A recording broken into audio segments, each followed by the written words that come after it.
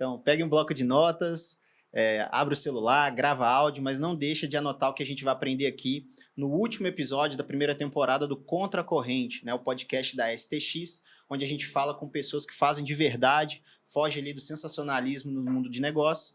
E hoje é um episódio um pouco diferente, né? Todo mundo sabe que a gente costuma trazer pessoas que não se conhecem para o podcast para que elas possam ali contribuir.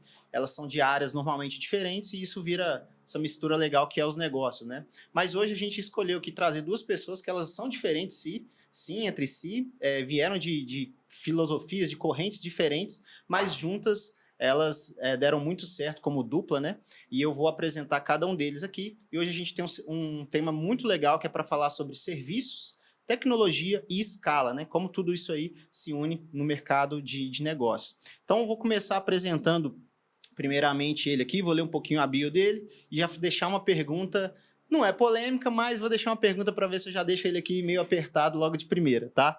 Então, vou começar aqui com ele, ó, que é bacharel em Sistemas de Informação pela Universidade Estácio de Sá, tem MBA pela Fundação do Cabral, pós-graduado em Data Privacy pela Carnegie Mellon University, acho que eu falei certo, especialista em Digital Strategy pela Stanford University e trabalhou, né, como nas indústrias têxtil, siderurgia, mineração automobilística. Atualmente é CEO da Sucesso, fundador da Jimbus, Nuveria, líder em transformação digital na W, piloto de automobilismo virtual e colunista de tecnologia na Rede 98. Né? Estamos aqui com ele, Arlen Duque. E Arlen, eu vou deixar já uma pergunta para você, que é: hoje, você acha que as empresas elas estão usando tecnologia de maneira madura ou ainda a gente fala de transformação digital, mas as pessoas ainda estão engatinhando? Arlen, seja bem-vindo. Muito obrigado, Lincoln, pelo convite. Obrigado a todo mundo aí que está nos ouvindo, assistindo. Não sei que hora você vai estar consumindo esse conteúdo. Mas, debate pronto. Não estão, né? Há um equívoco muito grande ainda na maioria das empresas de encarar a transformação digital, a eficiência digital, toda essa onda que nós estamos vivendo pelo olhar da plataforma tecnológica, né? Uhum. E não é isso, né? Então, estamos falando de cultura e de pessoas. Sim. É uma coisa que você falou legal aí, já mudando o termo, né, de transformação para eficiência, né? Antes, inserir uma ferramenta ou ter algo, a pessoa já achava que era transformada digitalmente, mas você está trazendo aí um conceito novo que a gente vai falar já sobre eficiência, né? Não basta ter, mas tem que gerar resultado. Quem ainda está pensando em transformação digital, eu tenho um triste recado, está atrasado. Nós já estamos falando de eficiência digital. Excelente, né? Excelente. E esse é um medo muito comum dos donos de negócio, né? Estar atrasado. E eu vou aqui apresentar ele também, que ele é líder de estratégia na W também, junto com o Allen, é formado em publicidade, especialista em gestão estratégica de marketing, tem mais de 25 anos de atuação no mercado como executivo de comunicação, em agências de publicidade, empresas de evento e no setor público, até descobri uma empresa de evento ali, né? Em comum.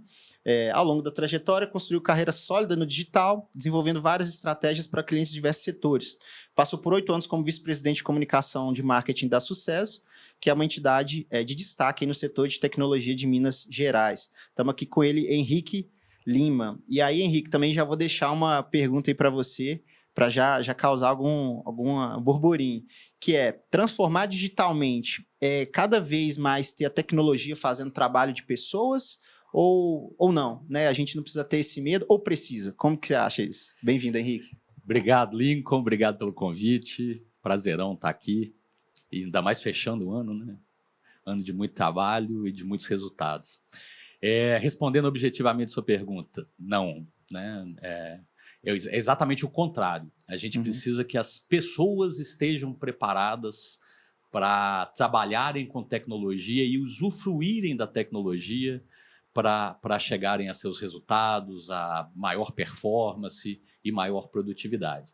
Se adequar à tecnologia é um erro, e por isso que o grande desafio hoje da eficiência digital, de escalar negócio, está em um olhar atento às pessoas, os seus processos e como elas vão usufruir da melhor maneira do que a ferramenta tecnologia pode trazer para ela no dia a dia.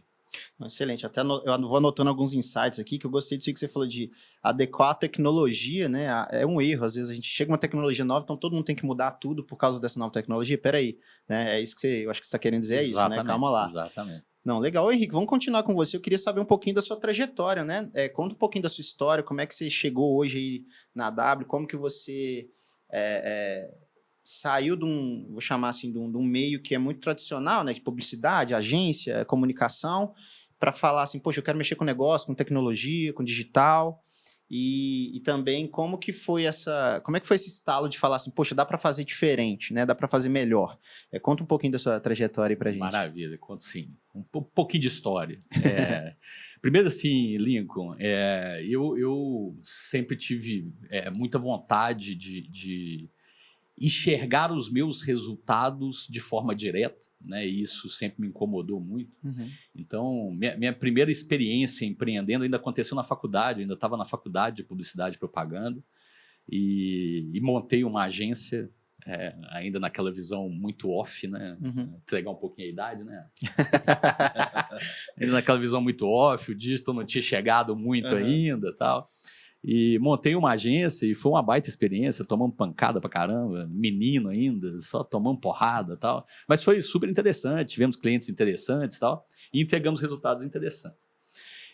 Mas logo em seguida, cara, depois de formado, essa agência lá durou enquanto eu estava na faculdade, logo que eu formei, eu fechei a agência. E eu entrei para os Diários Associados, né? Para quem não conhece, um conglomerado grande de comunicação aqui no estado de Minas Gerais, tem inclusive espalhados aí, tem outros veículos de comunicação no Nordeste, etc., Brasília. E lá foi onde o digital começou a me puxar, né? Primeiro que eu fiz parte, né? Eu sou de uma geração que fez parte dessa transformação e do digital chegar muito forte à comunicação. Eu, quando formei, ainda não era muito forte, mas foi um processo que eu peguei esse processo e, obviamente, identifiquei ele como oportunidade. Então, já lá no Diários Associados, eu fui trabalhar no Portal AI. Né? Eles estavam no período lá lançando vários sites e começando toda a estratégia digital deles, né, enquanto veículo de comunicação, e eu participei muito dessa estruturação, e foi onde despertou em mim um grande interesse de, opa, peraí, essa área de digital é uma área interessante, é uma área que vai chamar atenção, e desde então estou nela, não saí mais dela. Então, saí de lá, passei por agência digital, né, eu fui head de digital dentro de agência digital, depois a gente chegou num processo. E aí, como quando eu falo que eu fui acompanhando a evolução do mercado de comunicação, né? Aí quando a gente chegou num processo onde as agências off começaram a ter um olhar diferenciado para o digital, começaram a adquirir empresas digitais e trazer isso para dentro da sua estrutura. Então, eu também fiz parte desse movimento, fui para a agência off também, etc. E depois tive uma experiência super interessante no setor público também. Eu trabalhei no governo do estado e foi uma experiência interessante que ampliou a visão. Mas, no meio desse processo, igual você falou aí, eu tive uma experiência super interessante na Sucesso Minas, né, que já é uma entidade de tecnologia, então o digital acabou me puxando obrigatoriamente para esse lado de tecnologia, né, não tem jeito, e eu acabei me associando lá à Sucesso Minas, quando eu estava numa agência digital, fui diretor de comunicação e marketing dessa entidade, e depois me tornei vice-presidente. Legal. E lá eu encontrei o Arno. Né? Foi onde a gente se encontrou, começou a trocar figurinhas, a conversar bastante. Ele vai explicar um pouquinho, ele mais da área de tecnologia, eu com essa visão mais de humana, né? De humanas. E lá a gente começou a trocar muitas figurinhas, conhecer melhor tal, e de novo, né? A veia empreendedora sempre existiu nele também, etc. E a gente identificou uma oportunidade, a gente acabou trabalhando junto em uma empresa, e identificou em uma das nossas entregas algo interessante. Falei, opa, peraí, isso aqui é diferente. Né? Isso aqui dá para a gente fazer um spin-off dessa ideia, dessa entrega que a gente acabou de fazer e transformar isso numa empresa, numa solução. Tal. E foi daí que surgiu a empresa que hoje a gente é sócio, a W. E estamos juntos nesse desafio aí de não mais transformar digitalmente nossos clientes, nós estamos evitando essa expressão, é o que o Arlen disse, mas focar em suas eficiências, né, para que eles obtenham cada vez mais resultados positivos. Excelente. Eu vou anotando demais aqui, tirei altos insights, porque a gente começou a falar que as primeiras perguntas foram se tecnologia e humano, né, eram coisas separadas, muito diferentes. Aí você já falou assim, ó, não, o Arlen é da tecnologia, eu sou mais de humanas. Só que hoje em dia tá tudo misturado, né? Porque a gente tá falando que para você usar tecnologia você tem que ser humano. Exatamente. E o marketing tá usando tecnologia cada vez mais para entregar serviço. E eu gosto muito vamos chamar das antigas escolas, né? Quando você falou de agência off. Eu estava lendo um livro esses dias de um publicitário, o David Ogilvy, eu acho. Não sei como é que fala o nome dele certinho. Tem até uma agência muito forte, né, em São Paulo. Muito famosa. Muito famosa. E eu estava lendo o livro dele, ele fazendo um livro em 1963, 68. Conceitos que tá todo mundo usando no digital e achando que é novidade, sabe? E o cara já fazia isso há muito tempo. Então, eu sempre acho que a gente tem...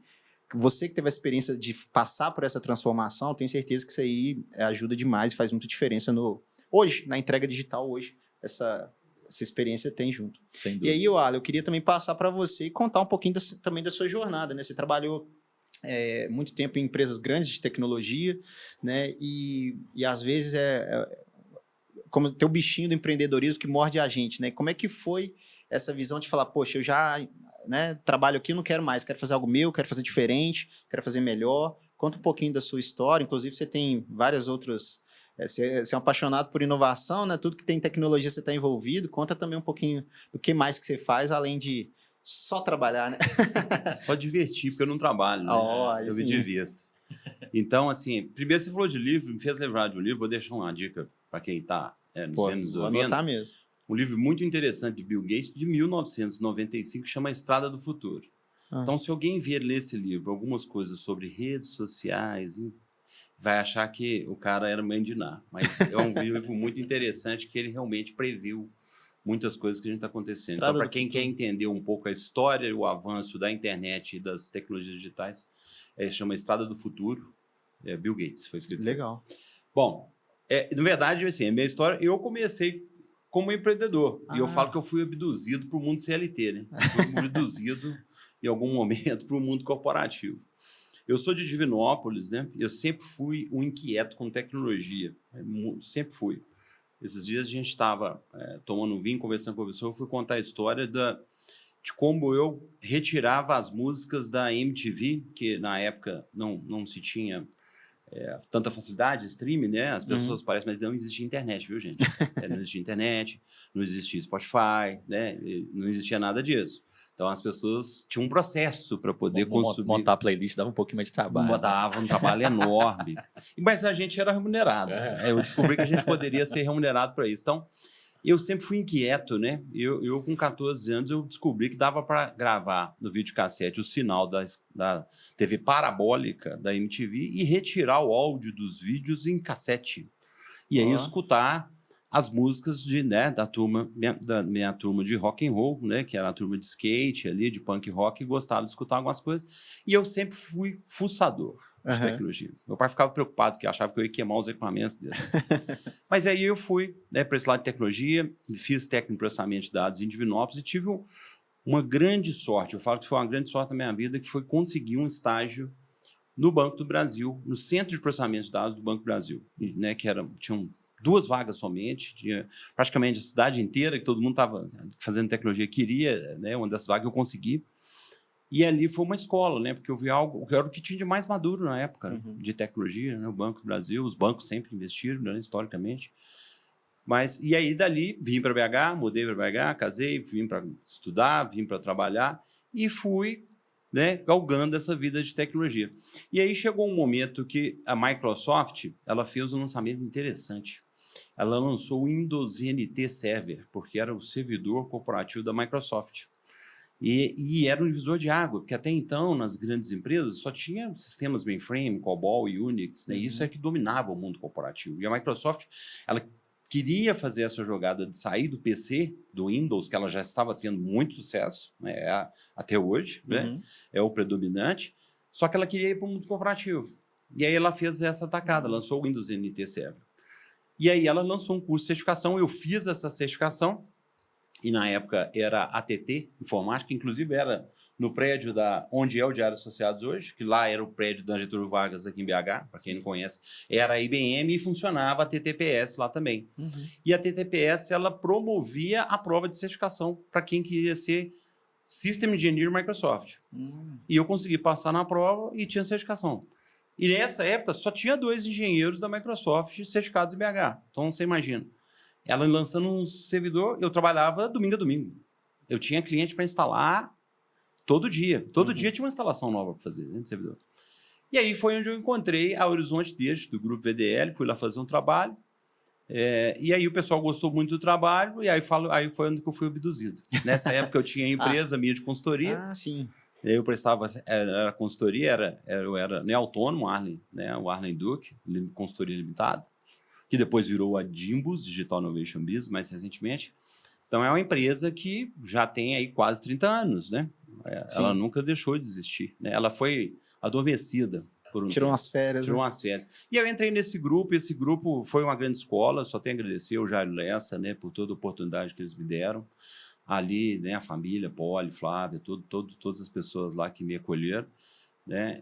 Lá era uma indústria têxtil, ela estava recomeçando, o grupo tinha um porte, e esse grupo cresceu muito, né? Um grupo que cresceu muito, tinha poucas concessionárias, 3, 4 concessionárias Mercedes, foi para 15 concessionárias no Brasil, concessionária Toyota, siderurgia, mineração, virou um grupo de quase 18 empresas, né?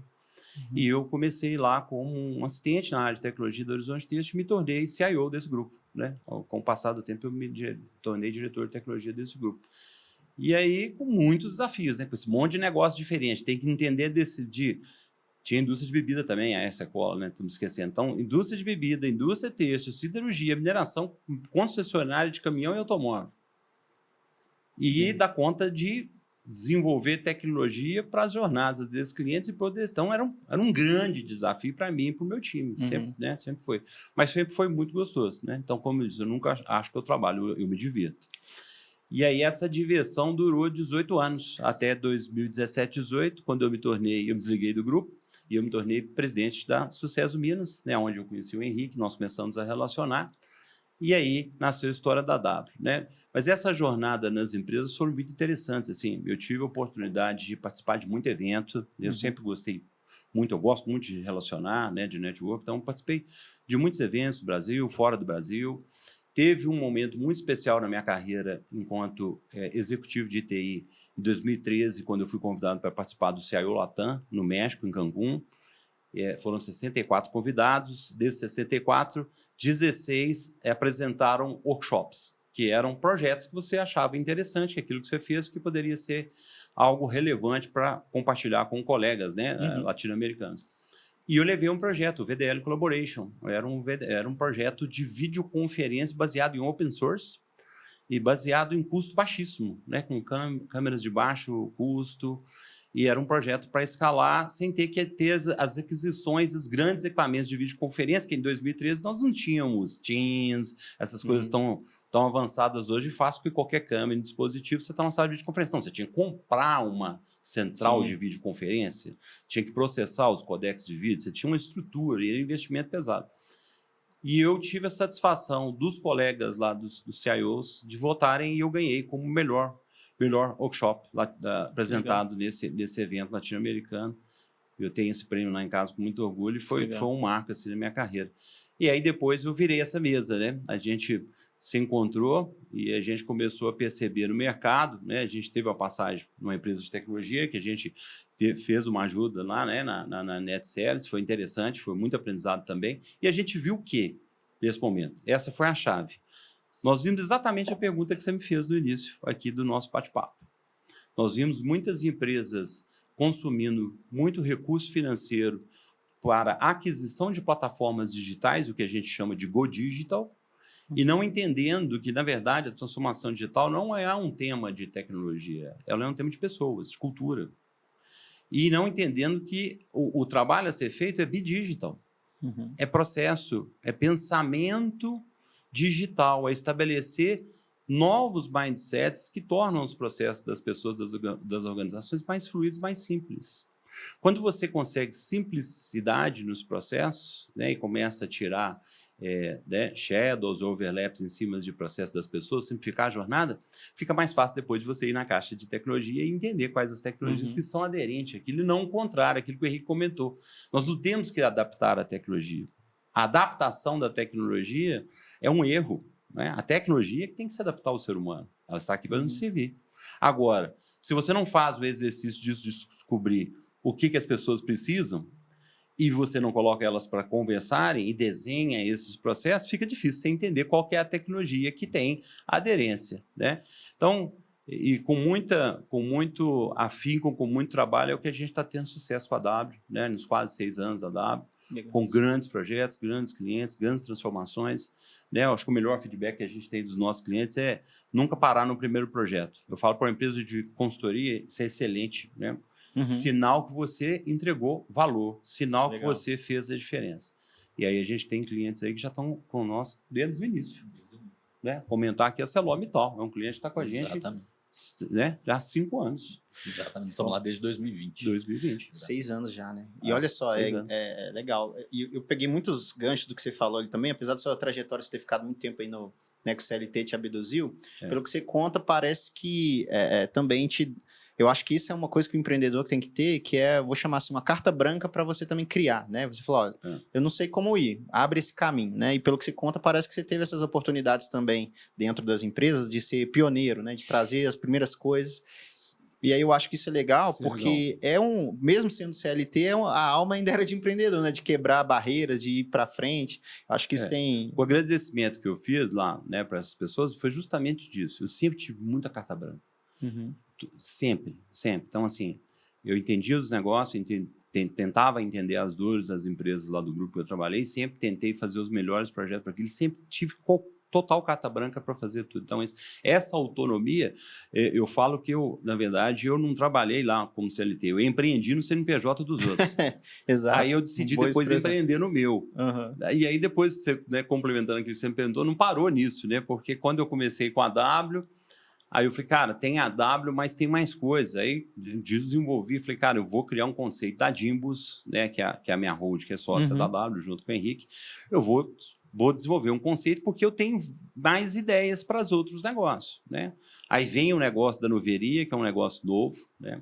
Nós estamos ainda em construção dessa startup, uma startup bem disruptiva, né, para fazer gestão financeira de ativo computacional em nuvem. Essa é uma grande dor das grandes empresas, né? Você imagina, com o dólar quase 6,30, não dá para brincar com um billing, né, com a conta de nuvem. Uma vez uma professora minha falou que fica rica quem conta centavo, né? Conta centavos, exatamente. E hoje com o dólar aí tá precisando então, mesmo. A Noveria vem com esse propósito, né? É uma consultoria e é uma plataforma, é um sistema, é um software que ele faz a gestão financeira da nuvem para você ter previsibilidade e você manter a linha orçamentária de nuvem, que isso é muito importante. Muitas empresas estão tendo muitos problemas com isso. E recentemente, eu fui... Aquelas coisas de encontro da vida, né? Como eu encontrei com o Henrique, encontrei com o Danilo, do Barbecue Nerd. Fui no jantar convidado para o evento, sentei do lado dele, não o conhecia, ele começou a me contar de um evento que ele estava fazendo, que era um evento despretensioso, né? O Barbecue Nerd. Mas o que é o Barbecue Nerd? Ele começou a me contar, cara, é um encontro ali de TI para a gente fazer um churrasco e tomar cerveja. Mas tem conteúdo? Não, é só relacionamento. Falei, gostei desse evento demais. Aí nós começamos a conversar, cara, e ele me convidou para ser sócio, né? Legal. Aí nós fundamos a Tech Vibe, que é uma empresa de conteúdo e de eventos de relacionamento que vai, né, expandir o Barbecue Nerd. Em agosto, nós já fizemos o evento juntos, já foi um evento para 180 pessoas, e esse ano ele está sendo programado um evento para 500 pessoas, né, em 2025. Nós já estamos aí vendo os locais, definindo aonde que vai ser, mas é uma grande experiência, porque é um evento, primeiro, não é um evento nichado, não é um evento só para liderança de TI, é um evento para a comunidade. Então, a gente tem lá estagiário, coordenador, é todo mundo, é a galera de TI, né? Sim. Querendo tomar uma cerveja e conversar. É lógico que tem desabafar, contar os perrengues, né? Que todo dia tem, trocar ideia. Gente, porque o que mais tem valor para essas pessoas são essas conversas com colegas que estão passando pelas mesmas dificuldades, que já passaram, que têm mais experiência, que vai poder fazer esses atalhos. Então, assim, o Barbecue Nerd, eu tenho muito energia, né, de produzir ele, porque eu acho que ele é muito interessante, o evento, né? O Bruno, secretário de planejamento, teve no evento esse ano, ele fez um comentário interessante, ele falou, a tecnologia parece que distancia as pessoas com o trabalho remoto. O Barbecue Nerd está fazendo diferente, nós estamos aqui conectando as pessoas, botando as pessoas para falar. E um evento para a família, né? É um evento esposa, filhos, então... Uma coisa que eu peguei muito do que você falou e também do Henrique era sobre um produto virar uma empresa, né? Vocês tinham uma ideia ali quando vocês juntaram, falou, poxa, a gente fez uma entrega de um produto, mas que isso aqui pode virar uma empresa, etc. E eu gosto muito dessa visão, né? De primeiro o produto, puxa, né? Ser guiado pelo produto, eu acho muito legal. E até trazendo um pouco para o tema do podcast, vocês falaram sobre que tecnologia envolve relacionamento, né? Envolve pessoas, envolve mudança de cultura. E aí entra uma coisa que eu particularmente tenho estudado, que é a questão de virar essa chave que hoje muitas empresas vou chamar assim, de produtos, estão virando empresas de serviço, né? Então você entrega um software, mas você também tem que entregar um onboarding para a pessoa usar aquele software, você está entregando uma loja online, mas você tem que ter um bom correio reverso, você tem que fazer toda a logística. Então, hoje em dia, é difícil uma empresa que é 100% produto e também é difícil uma empresa que é 100% serviço, né? É muito os dois. E eu falo de serviço porque serviço envolve gente. O serviço necessariamente envolve pessoas. Eu vi uma pessoa falando uma coisa que eu achei interessante, que foi que, por exemplo, a Coca-Cola, onde você for no Brasil, vai ser a mesma Coca-Cola. Você sabe o sabor, você vai na padaria e compra. É um produto ali único. Mas se você for, por exemplo, numa Unimed, que é um serviço, em teoria, a Unimed do Nordeste não é diferente da do Sul, às vezes. Então, existe essa, vou chamar assim, essa dor no serviço. Agora, uma dor que é do empreendedorismo a gente quer escalar, a gente quer crescer, a gente quer vender mais. Só que aí o serviço bate nessa questão de a gente não consegue escalar tanto serviço, você não consegue escalar tantas Unimeds quanto uma Coca-Cola. Aí eu queria ouvir de você, Henrique, como é que você enxerga essa questão de, né, na W, de serviço / produto / escala, personalização. A gente pode escalar, mas qual que é o limite para não perder a qualidade? Ou não dá para escalar serviço? A gente está falando sobre o termo boutique, né? Ou tem que ser boutique. Como que você enxerga isso hoje na sua realidade? Serviço, escala, né, e entrega de valor.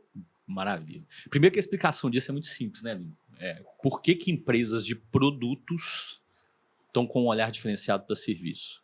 Porque a gente está passando por um processo de comoditização, né? Os produtos estão virando commodity. E a partir do momento que vira commodity, fica fácil copiar, né?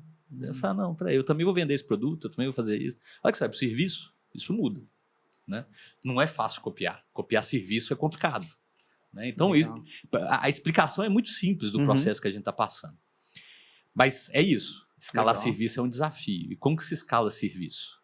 Simplificando o processo, olhando para dentro, otimizando o time, gerando performance, gerando produtividade e utilizando tecnologia para, primeiro, apoiar times internos e, em segundo lugar, e não menos importante, otimizar a experiência dos clientes. É assim que se escala, né? Legal. E é isso que a W faz, né? É isso que a W faz, é exatamente nessa visão. Então, você com essa pergunta, você explicou a W. Né? A gente está passando num momento no mercado de transformação, o mercado está se transformando. As empresas de produtos não conseguem sobreviver mais só vendendo produto. Elas têm que vender um serviço agregado. Mas como vende esse serviço agregado? Como que eu faço para otimizar meu processo interno? Como que eu faço para deixar pessoas certas nos lugares certos, utilizando tecnologias certas, para que a experiência do meu cliente, para a qualidade da minha entrega, para o valor que eu estou gerando lá na ponta, seja efetivo e eu me diferencie, uso isso como diferencial para os demais. Agora, é um desafio e tem limite, sim. Não é toda empresa de serviço que vai conseguir escalar, definitivamente. Definitivamente. Mas há caminhos para isso. Mas ele obrigatoriamente passa por otimização de processo e por essa visão e ajuste interno, né? Que é o que a gente mais tem encontrado aí no nosso dia a dia e mais ajudado nossos clientes a se movimentarem nesse sentido. Não, legal isso que você falou, porque... você quer complementar alguma coisa, Arlen? Não, porque isso senão eu achei que eu tinha interrompido. Né? Porque eu ia falar... Eu achei legal isso que você comentou, de que diferenciação, e eu gosto porque é a minha área de estudo, mas diferenciação hoje nos negócios, não necessariamente, né, mas grande parte passa pelo serviço, né? E é uma coisa que eu acho muito interessante de criar valor, eu sempre falo isso na STX, e você falando isso até esclareceu muita coisa. Na hora que você falou assim, não, é porque as pessoas estão commodity e o foco da diferenciação é serviço. E a gente, às vezes, acha que é a inteligência artificial. Não sei o quê. Não, peraí, como é que você vai usar isso para gerar um serviço melhor? Né? É exatamente isso. Então, personalização. Personalização. O mercado demanda, principalmente o que a gente faz, de trabalhos com um olhar diferenciado para a cultura da empresa. Porque por mais que eu tente escalar um produto ou um serviço, existem algumas coisas que são commodities e vai servir para várias indústrias, para várias verticais. Mas alguns tipos de trabalho, eles são personalizados, eles têm que ser personalizados, né? Então, assim, os projetos mais desafiadores, os melhores projetos que a W faz, são os projetos que a gente tem que personalizar, né? Então, a gente, daqui a pouco nós vamos divulgar, nós estamos entrando um grande cliente aí no Brasil, né? E esse grande cliente nos escolheu, nós vencemos esse bid por a gente ter a capacidade de personalizar algo que as grandes consultorias não fazem.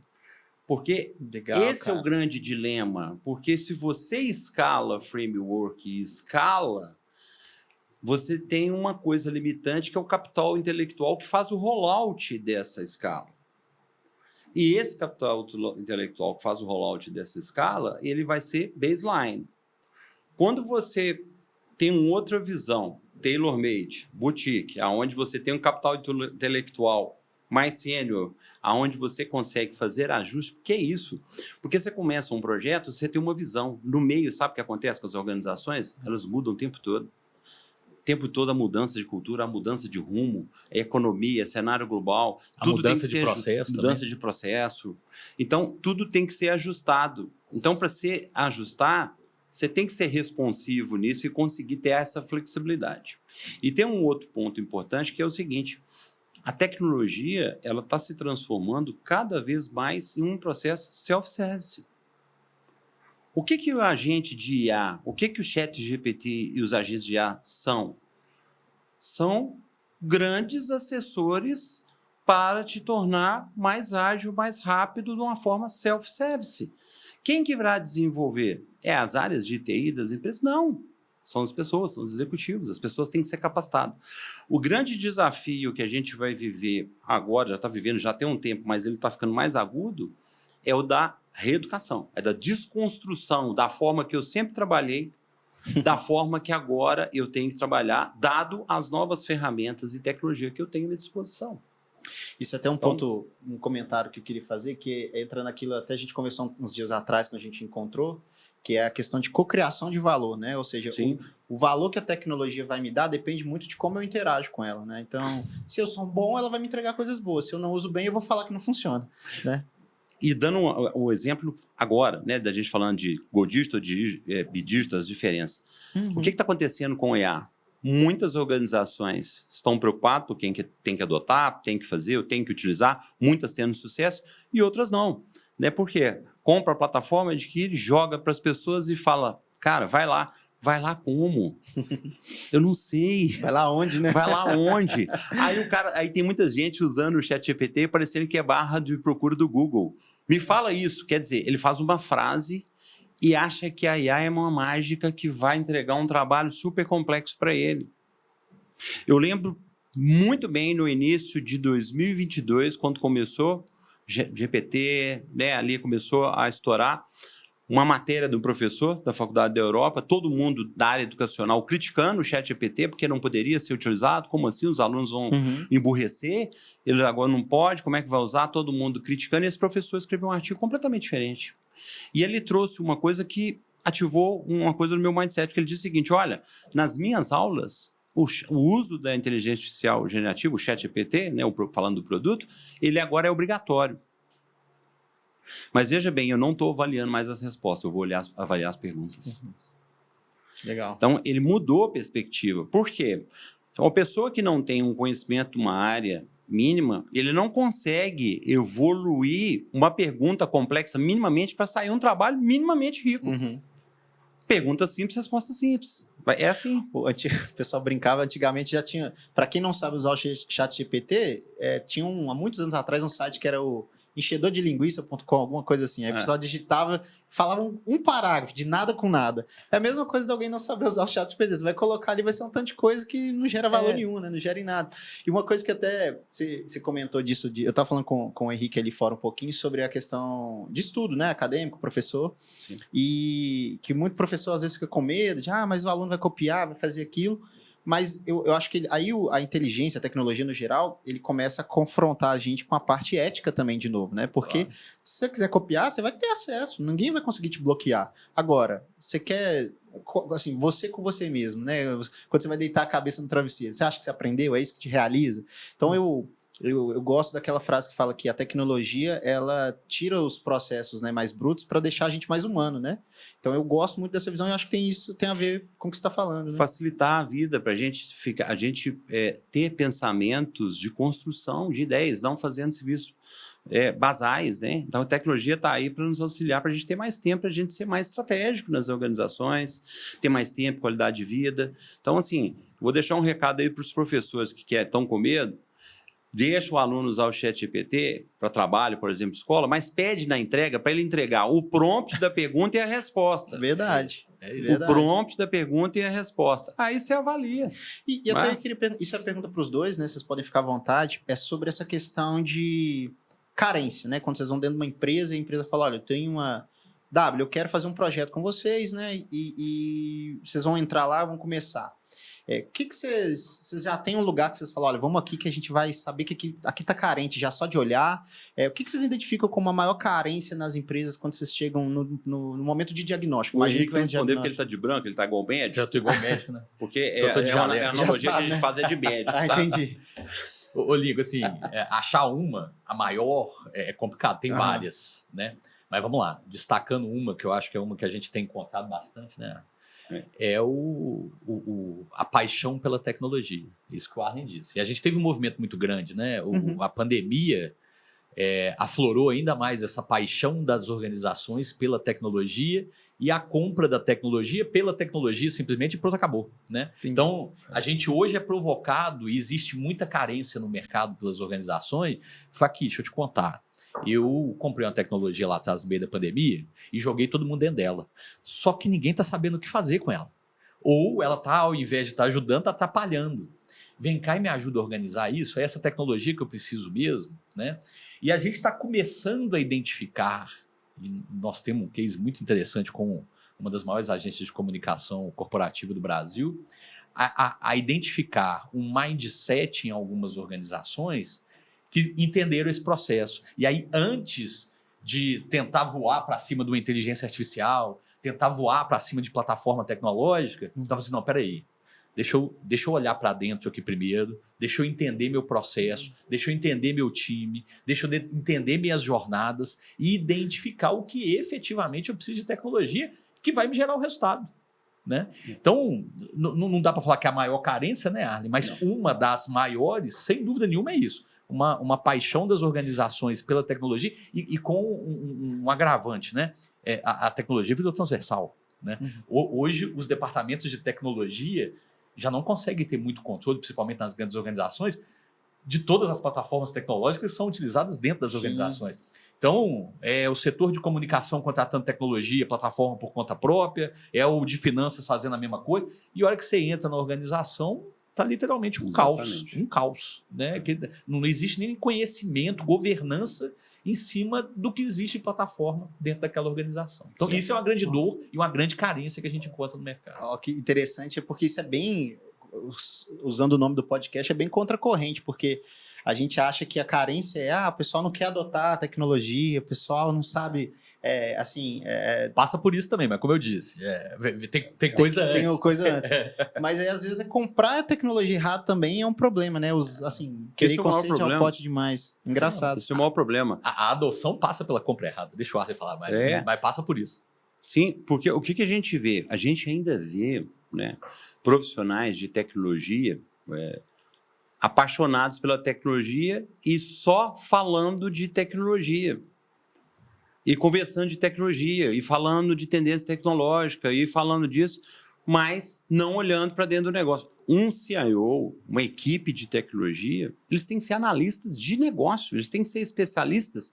Se eles são especialistas de uma indústria, por exemplo, de proteína animal, eles têm que ser especialistas em proteína animal. Eles não são de TI. Se eles são de concessionária, eles têm que ser especialistas em dealer, concessionária, experiência do cliente.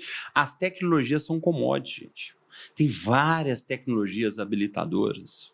Se você conhece do negócio e a dor e da cultura, você simplesmente depois vai conseguir, com muita facilidade e conhecimento tecnológico, ir na caixa de ferramentas e propor para as pessoas testarem as ferramentas que você julga que vai neutralizar as dores da empresa. Esse é o ponto, né? Esse é o ponto.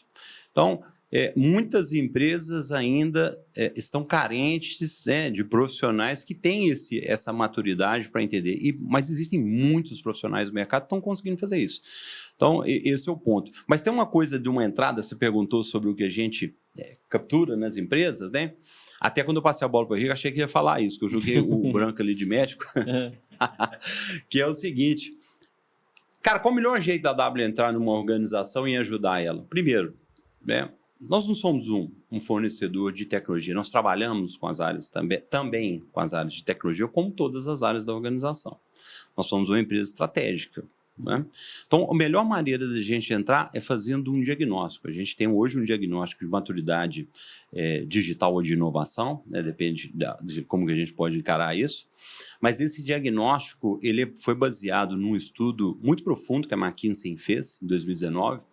E a W tem várias ferramentas, viu, Lincoln? Várias ferramentas que nós desenvolvemos, né?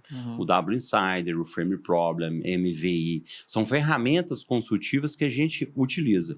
Falando do maturidade, é um diagnóstico que a gente realiza em 45 dias numa organização, conversando com todas as áreas de forma transversal e estabelecendo um rating que vai de 1 a 4 para dizer qual que é o nível de maturidade em relação aos processos de negócio. Os processos estão fluidos, automatizados, eles facilitam a vida dos colaboradores, ou existe gap, que eu falo, existe quebra-mola, né?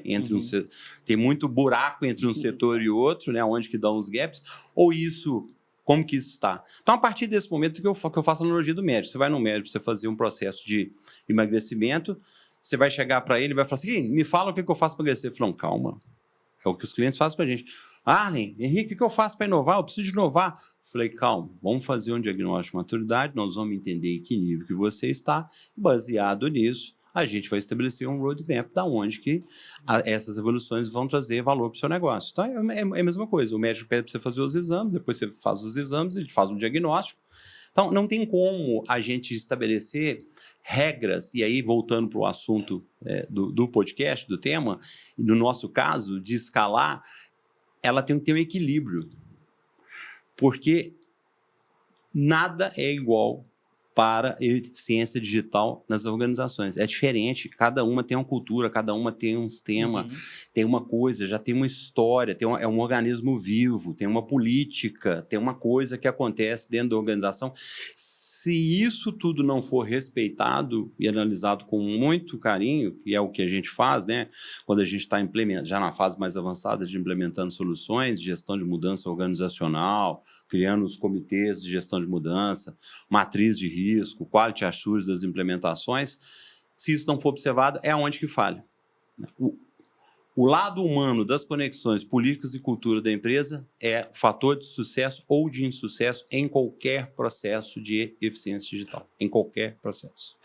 Eu até anotei aqui essa palavra cultura, porque vocês acabam se tornando especialistas em pessoas também, né? Porque eu imagino que vocês vão fazer um diagnóstico e você fala, poxa, esse cara aqui, ou esse cargo, ou essa função vai dar um pouquinho de problema. Não, a gente receita ansiolítico, a gente passa chá, fazer meditação também. Faz meditação. De repente, tem cliente que a gente tem que almoçar com o sujeito, entendeu? Porque tá ansioso demais, entendeu? Não, e o que é legal, porque assim, tem muita gente, e eu vim de uma escola assim que era se adaptem à tecnologia, porque há uns 10 anos atrás, 12, que tava um boom de startup, eu até estava falando assim, quem é São Pedro Vale perto de vocês dois aí? Vocês estão criando a tecnologia de Belo Horizonte há muitos anos atrás, e o São Pedro Vale veio e falou, agora a gente quer o disruptivo, né? Mas estavam já surfando nessas ondas que vocês trouxeram lá. Então, mas a startup tinha muito disso, né? Assim, o modelo de startup antigamente era, cara, até que foi aí que eu acho que surgiram as pessoas pensar em experiência do usuário. Era assim, ou você usa ou você não é meu cliente. Ao invés de falar assim, não, peraí, mas você não usa por quê? Deixa eu ver se eu consigo adaptar minha solução para você. E quando você fala de cultura, né, uma empresa normalmente de consultoria vai falar, se o cara é chato ou não, ele que se vira, o chefe dele que tem que se lidar. E às vezes não, faz parte da entrega, né? Faz parte assim, eu só tenho sucesso se eu conseguir moldar esse cara aqui. Como é que vocês enxergam isso, essas relações interpessoais também, que faz parte do serviço? Ninguém acha que vai ser eu tirei uma certificação da Microsoft, mas estou tendo que almoçar aqui com o cara para eu poder falar para ele que ele precisa usar isso. Vocês acham que é a parte mais difícil ou vocês tiram bem isso? É a parte mais difícil, sem né? dúvida nenhuma. É ser humano. Ser humano. É onde mora o desafio, até porque você não tem um padrão. Você não encontra ser humano igual em todos os lugares, pelo contrário, você não acha nenhum igual e nem parecido um com o outro. Então, sem dúvida nenhuma, é o maior desafio. Mas tem estratégia para isso. Sim. Né? Tem metodologia para isso. E é o que a gente aplica. Legal. Né? E é o que deve ser aplicado. Você falou de adoção aí na pergunta anterior, né? A não adoção, o não engajamento a ferramentas tecnológicas se dá por uma não visão humana, por uma escolha errada de uma plataforma, né? Por uma exigência de adoção a uma plataforma que no dia a dia daquela pessoa não faz sentido nenhum.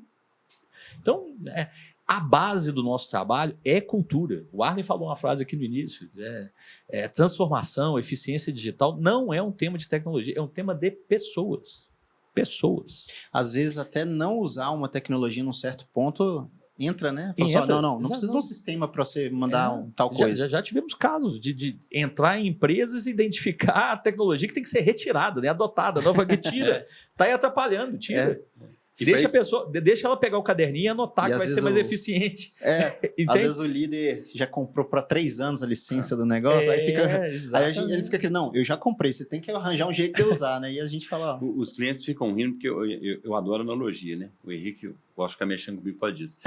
E essa é uma ótima, porque você imagina, você vai fazer um trekking, uma caminhada, você pega uma mochila, você tem que pôr uma água, um alimento na mochila, porque se você for caminhar ali 2 horas no meio de uma mata, você vai sentir sede, você tem que repor energia e tal. Se você leva pouca coisa, vai fazer falta, certo? Sim. Mas se você põe coisa em excesso, 4 garrafas de água você não vai consumir, isso vai virar o quê em determinado ponto da jornada? Peso. Isso. Então, uma tecnologia que não é bem observada para a jornada de um colaborador, ou ela é peso ou ela falta. Então, ela tem que ser na medida. Então, tem que se entender qual é a jornada, quais são os pontos de interações, quais são os pontos que tem mais fricção, aonde é mais tranquilo, para que a tecnologia faça isso. E essa pergunta que você fez, ela é muito importante, cara, porque assim, o maior esforço que a gente tem hoje é de ajudar os clientes a conversar entre eles. Internamente. Porque o ser humano, a gente, principalmente no mundo corporativo, eu falo que a gente vira a guerra do ouro, né? Todo mundo querendo o seu lugar ao sol, todo mundo querendo sair na foto para ficar bem com o chefe, para entregar as metas, só que tem lugares que tem uma cultura mais interessante, tem umas que a química, coisa é pesada, né? E tem assuntos difíceis, às vezes, que tem que ser tratados, mas são assuntos importantes. E a gente consegue fazer isso muito bem, né? Legal. Primeiro que a gente tem uma neutralidade muito grande, né? Porque a gente não vendemos produtos nenhum em termos de marcas de tecnologia, não representamos nenhum brand de tecnologia. Eu não sou uma pessoa que estou falando que você tem que pôr um BPMS para atualizar o seu processo e depois vou falar de uma marca em produto e falar que você tem que comprar essa. Não é esse o nosso ponto. Então, isso é muito interessante, porque a gente é muito neutro e a gente quer que as ferramentas que o cliente adquiriu funcionem. Mas também, se não for essa, vai ser outra. Mas essa conversa ela é uma conversa importante. Então, quando a gente fala numa jornada de vendas, né, que é uma coisa muito importante para, né, todas as empresas, se o nosso atacante, né, o nosso camisa 10 é o vendedor, o time inteiro tem que trabalhar para a bola chegar aonde? O pé do vendedor. Se possível, tirar o goleiro do gol, né? Para ele fazer o gol. Mas não vai conseguir. Aí, isso é com ele, porque ele é craque. Ele vai fazer a venda. Mas para a bola chegar lá, todo mundo tem que entender qual é o processo. Todo mundo tem que ter empatia com as dificuldades das áreas. E as pessoas, às vezes, estão muito focadas em fazer só o seu. E, às vezes, faz o seu bem feito, mas só o seu. E, às vezes, não entende que talvez ele poderia fazer até mais simples. Seria até mais fácil para a pessoa que está do lado. né? E essas conversas tem. Isso é conversando. Isso não é formulário de pesquisa. Isso não é pesquisa de clima, que isso não resolve nada. Pesquisa de clima, isso não resolve. É conversando com as pessoas através de método, através de psicologia. Eu falo que a gente, assim, eu acho que se eu fizer um curso de psicologia, vou dar bem. Nós já estamos bem ensaiadinhos, eu e o Henrique, né? Então, assim, e aí não tem jeito, é o que eu falo. Isso é vida, né? Você só consegue fazer isso também tendo experiência e água debaixo da ponte. Né? A gente tem que passar água debaixo da ponte. Você tem que ter experiência de vida, experiência empresarial. Então, a minha experiência e a do Henrique, elas foram preparatórias. Sim. Porque a gente sabe o contexto, como que as coisas funcionam. Né? E eu trabalhei num grupo familiar que era cultura pesada. Familiar é... Pesada. Então, assim, eu trabalhava... Cara, não tinha horário para trabalhar. Indústria, 24/7, não para. Mas eu tinha responsabilidade, eu nunca deixei o cachimbo cair. Né? Então, assim, a gente sabe por onde que Tem uma frase que resume, e aí já pedi desculpa, porque eu sou péssimo com o nome, tá, gente? Então não sei o nome, não vou lembrar o nome, não. Mas é uma frase que resume objetivamente a resposta a essa pergunta sua. A cultura come a estratégia no café da manhã. Ponto. E é o que acontece. Isso. É o que acontece. Empresas e organizações que não têm um olhar criterioso para a cultura não vão ter estratégia. E por mais que tenham, ela vai ser engolida pela cultura. Bom. Nossa, eu acho que aí abre... eu até brinquei que dava para fazer mais podcast só para falar disso, porque vocês falaram de um diagnóstico de 45 dias, né? E aí deve ter alguém que fala assim, Allen, te contratando segunda, até sexta você acha que você já me entrega? Eu tenho outra analogia para te responder isso. Eu tenho uma gaveta de analogia, tá? Posso falar umas 20 aqui. Lançar um livro. Lançar um livro. Analogias do Arlen. Analogias do Arlen. Isso aí acontece. E vou te falar um negócio. Isso aí eu faço analogia, não tem nada a ver com religião aqui, tá, gente? Mas, por exemplo, é o cara que quer ir para o céu, mas tem medo de morrer. Ele quer ir para o céu sem morrer. Né? Sim. Não, eu quero ir para o céu, mas para você ir para o céu, um dia você vai morrer. Então, para você transformar a sua empresa, você também vai ter que morrer. Nos velhos hábitos, na velha cultura. Você vai ter que passar por um processo de transformação e dói. Não vou mentir que falar assim, é maravilha, os caras vêm cá, faz aqui, os caras é bom, faz um passo de mágica aqui, traz as tecnologias, traz as pessoas. Não, dói pra caramba. Você vai perder gente no meio do caminho, gente não vai se adaptar. É uma seleção natural, entende? Mas ela funciona muito bem quando a gente coloca uma coisa no centro, né, Henrique? A gente sempre fala com todos os clientes. O foco do nosso trabalho são as pessoas. Então, quando eu coloco ela no centro, desde o início da primeira interação até o último, e a gente nós não passamos receita para ninguém. Por mais que eu tenha as minhas convicções de alguma coisa, eu nunca digo faça isso, exatamente aquilo ou aquilo outro. A gente sugere algumas coisas, mas tem que sair deles parte da construção. É colaborativo e tem de ser co-criativo. Porque nesse momento nós já estamos trabalhando a gestão da mudança organizacional. O sentimento de participação, ele vai fazer muita diferença lá na frente quando isso entrar em produção na empresa, quando isso for a nova ferramenta, quando isso for a nova realidade. Porque as pessoas fizeram parte daquilo. Não foi alguém de fora que trouxe, que se der errado eu vou criticar. Né? Fica mais fácil evangelizar. É mais fácil evangelizar porque tem uma série de gente. Né? Tem outra frase boa aí que eu também não vou lembrar o autor, aquela do inovação não pede licença, ela pede desculpa. Sim. Desculpa, mexi no seu dia a dia todo aí, mas estamos juntos, nós vamos fazer acontecer. Não, eu achei legal que vocês estavam comentando isso, eu falei, cara, realmente vocês... Parece que é o destino, tinha que ter adaptado, porque vocês passaram por várias transformações, né, ao longo da carreira. Quando você falou assim, não, eu passei da transformação do off para o digital, aí depois do digital para o, vou chamar híbrido aqui, que também o pessoal voltou e olhou. Aí o Arlen também falou, nossa, a gente passou do Windows Server, que a gente usava COBOL, agora é o Windows Server. Então, assim, ninguém melhor que vocês falou, cara, a gente já viveu essas experiências, a gente sabe choque de cultura, né? Vocês já viveram esse choque de cultura. Então, Lincoln, olha que interessante. Não é a gente, é todo mundo. Todo mundo. Sim, Se você olha para a história de cada um, de cada empresa, de cada organização, Todo mundo se transformou e vem se transformando. É verdade. Principalmente empreendendo no país que a gente está, cara. Que se você não se transforma todo ano, você não consegue viver o próximo. Não tem Verdade. jeito. Não tem jeito. Essa é uma boa frase. É, você não obrigatoriamente. transforma, você Não não vive o tem próximo. jeito. As empresas se reinventam o tempo inteiro. E isso que a gente está propondo, isso que a gente está ajudando nossos clientes, até porque é uma demanda de mercado, senão não sobreviverão. Cara, nada mais é do que isso, é mais uma transformação, é mais uma evolução, né? E o principal, inclusive ontem a gente estava não discutindo, mas debatendo isso com um cliente nosso, por isso que eu gosto muito da expressão desconstruir, né? O desconstruir o passado não é deixá-lo para trás e falar que está tudo errado, é desconstruir, né? Você só desconstrói algo que foi construído para evoluir, para construir algo melhor, tal. E é isso que a gente faz, né? E eu acho que esse é o grande ponto. É olhar para o passado, desconstruir o que for necessário e trazer novos alicerces, né? Novas bases, novos pilares, e aí vão entrar naquela história que vai garantir uma antifragilidade para as empresas, que hoje é fundamental, né? A pandemia ensinou todo mundo se viu em 2020, obrigado em 48 horas a dar um jeito, se vira, meu amigo, você vai ter que dar um jeito. Você tem 12 mil funcionários, eles vão ter que estar em casa depois de amanhã. E aí, o que você vai fazer? Você tem infraestrutura para isso? Você tem tecnologia para isso? Você tem... Exato. Se reinventa. Nas palestras que eu falo isso. Eu falo, gente, nós dormimos em 2019, acordamos em 2030. Mas é simples assim. Eu digo o seguinte, as tecnologias foram criadas em 2 meses ou estavam todas aí e a gente nunca teve um motivo para utilizá-las? Por exemplo, videoconferência. Todo mundo pensa, por que o trabalho remoto aconteceu? Porque as ferramentas existiam. Mas o ser humano, ele começa a lançar a mão de outras possibilidades quando ele está à beira do precipício. Exatamente. Isso é uma reação humana. A gente, quando está pressionado, a gente acha caminhos novos. E ninguém saiu, né? Microsoft, Google, não criou nada em 60 dias. Estava tudo aí, só que a gente não tinha motivo. Cara, há 10 anos se fala de work anywhere.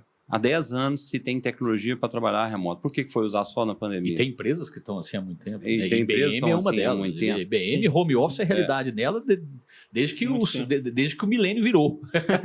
Então, Não, e uma coisa que é legal, que eu gosto muito de falar de... Eu não sou desses profetas do apocalipse, não. Então, legal porque várias transformações aconteceram e tá todo mundo aí, né? Tá todo mundo se reinventando. Claro. A gente fala, poxa, lá, bug do milênio. Aí a gente fala, não, sei lá, a internet vai matar tal coisa, a automação vai matar emprego. E tá todo mundo se reinventando. Então, assim, é mais uma certeza de que isso também não é para matar ninguém, né? Essas revoluções que a gente tem. É mais para deixar, às vezes, eu gosto de acreditar que até para mostrar o que você tem de melhor mesmo, né? Porque eu vou contar um caso quando eu trabalhava, estagiário ainda, eu fiz engenharia elétrica, e eu lembro que o meu trabalho era exportar algumas tabelas de um software. E aí eu lembro que eu fazia isso muito rápido, mais rápido que as outras pessoas. Aí um dia eu falei assim, cara, eu nunca vou ser contratado porque eu exporto CSV mais rápido do que todo mundo. Isso em breve algum robô vai fazer. Eu falei, cara, eu tenho que ver o que é a dor do meu setor aqui. E aí eu busquei automação, fui com o pessoal de software e a gente fez um sistema que exportava o CSV automático ao invés de eu precisar fazer aquilo. Então, às vezes a pessoa fala assim, não, mas eu quero morrer aqui abraçado exportando a meu... Eu falo, não dá, cara, isso aí você vai ter que mudar. E é o instinto de sobrevivência, né? Que a gente ou sobrevive, ou muda, ou não sobrevive. As organizações que conseguem fazer isso, que a gente está falando nos últimos 15 minutos, que é construir esse cenário humano, né, para que dê abertura para o mindset, são as organizações onde tem líderes facilitadores e líderes que conseguem, nas equipes, criar um processo de segurança psicológica. Legal. Porque uma pessoa, para largar isso que você acabou de dizer, largar esse lugar seguro, dela fala assim, a empresa depende de mim porque eu faço isso muito bem e eu faço isso há 20 anos e eu vou continuar fazendo. Não, eu não vou deixar essa tecnologia entrar. Essa pessoa só vai estar aberta quando ela tem um líder que acolhe. Um líder que causa uma segurança psicológica nele de dizer, aqui, pode vir, você não vai ser demitido. Eu quero que facilite sua vida.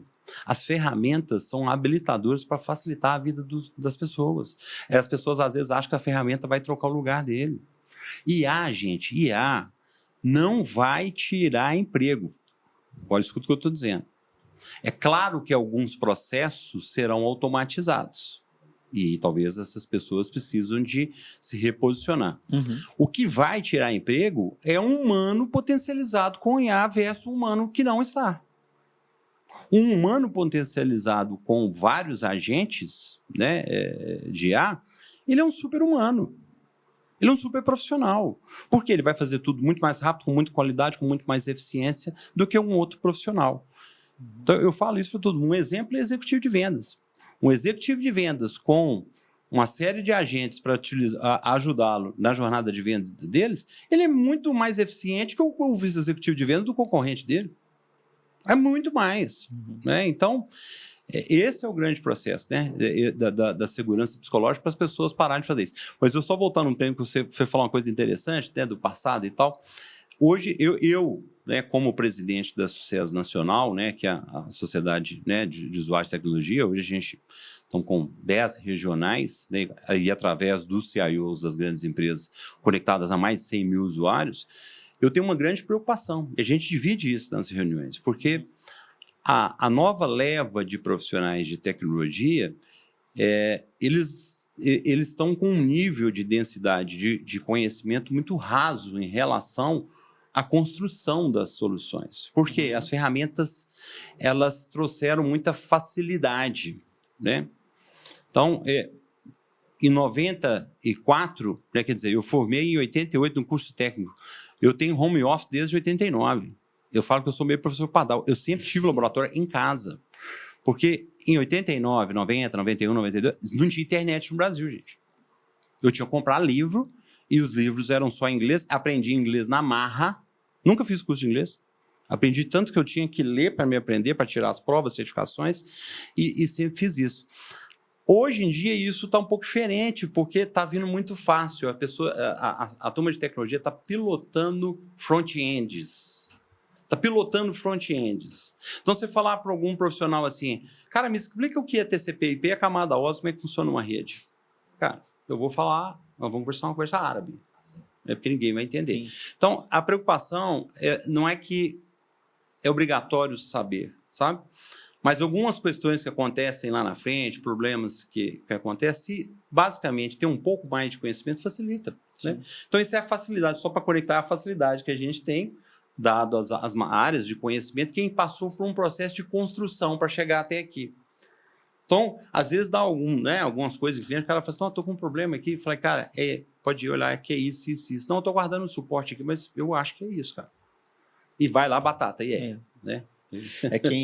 Eu gosto também de... O pessoal fala uma frase que é quem sabe fazer, faz de novo, né? Toda hora, faz de novo, faz mais uma vez. Eu acho que isso que você trouxe aí é um pouco da W, né? Vocês já fizeram, a gente sabe fazer, vamos fazer de novo. Eu sou muito no mão na massa, cara. Eu falo que assim, eu ia te perguntar, é esse. Pode falar, desculpa. Não, mas é isso. Eu ia te perguntar, era sobre, você estava falando que, eu acho legal o ponto que vocês comentaram que uma das coisas que vocês fazem é facilitar a comunicação interna das empresas também, porque elas não se comunicam. Eu sei, né, que a gente já trabalhou sobre isso, que vocês têm vou chamar um produto aqui que é, de fato, uma experiência do trabalhador, do funcionário. Como que surgiu essa ideia, assim, falar, olha, porque tá todo mundo às vezes muito preocupado com fora também, né, para quem vai vender. Mas quando que vocês acham que vocês notaram que talvez a experiência de dentro, né, eu vou chamar do cliente interno, é tão importante quanto a experiência que o meu comprador vai ter com a venda, com esse tipo de coisa. Nós fomos provocados e reagimos. Nós não notamos, reagimos. Reagimos. Boutique, é a história de ser boutique, né?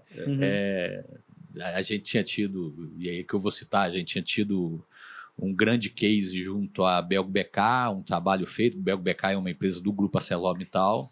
Sim. E isso nos credenciou internamente lá para um outro projeto, que o Arlen disse, maior índice positivo de resultado do nosso trabalho é isso, a gente é indicado dentro dos nossos clientes de maneira contínua. Legal. Mas foi isso que aconteceu, a gente pintou uma demanda e eles nos perguntaram, vocês vêm com a gente, vocês conseguem fazer? Conseguimos, o desafio era complexo, estava começando a pandemia, então, tínhamos que fazer tudo de forma 100% digital, nunca tínhamos feito isso, mas encaramos o desafio. Não, vamos montar aqui, estruturar e fomos.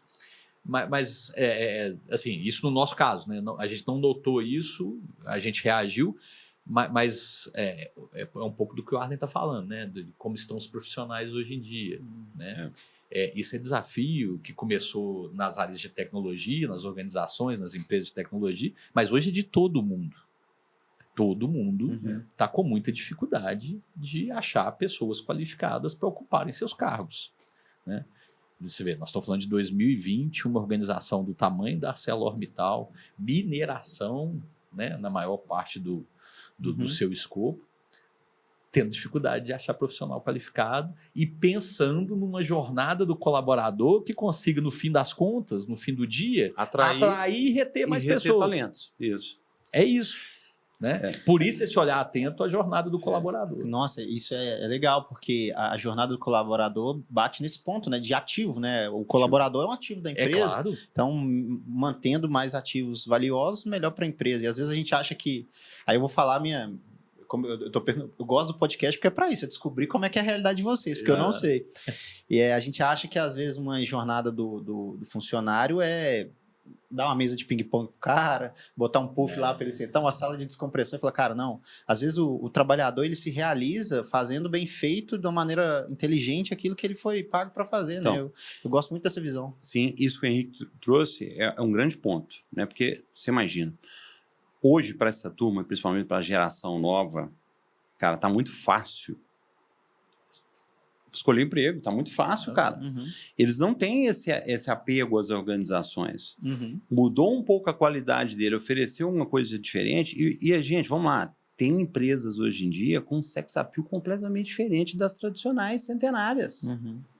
As empresas centenárias que não modernizarem a sua atratividade como uma empresa, né, geradora de valor, com uma empresa, né, Great Place to Work, como tem essa empresa que faz tudo isso, né, tentando mostrar que ele é um lugar legal para trabalhar, que tem um clima legal, que tem avaliações e tal, ela não vai atrair os talentos. E aí ela começa a sofrer um risco de perenidade, de qualidade, perenidade de manter o seu status ali, né, seu status no mercado. Então, esse é um grande ponto. Agora, tem um outro grande ponto, que é justamente melhorar a prestação de serviço interna do colaborador. Quando a gente fala de um programa de Employee Experience, a gente está olhando muito isso, né? Qual que é a experiência de um colaborador que entra numa grande empresa, né? Primeiro, como é que são as ferramentas de atração para ele participar de um processo? Depois, como que é o processo? Depois, como que é o onboarding? Por exemplo, coisas que a gente captura.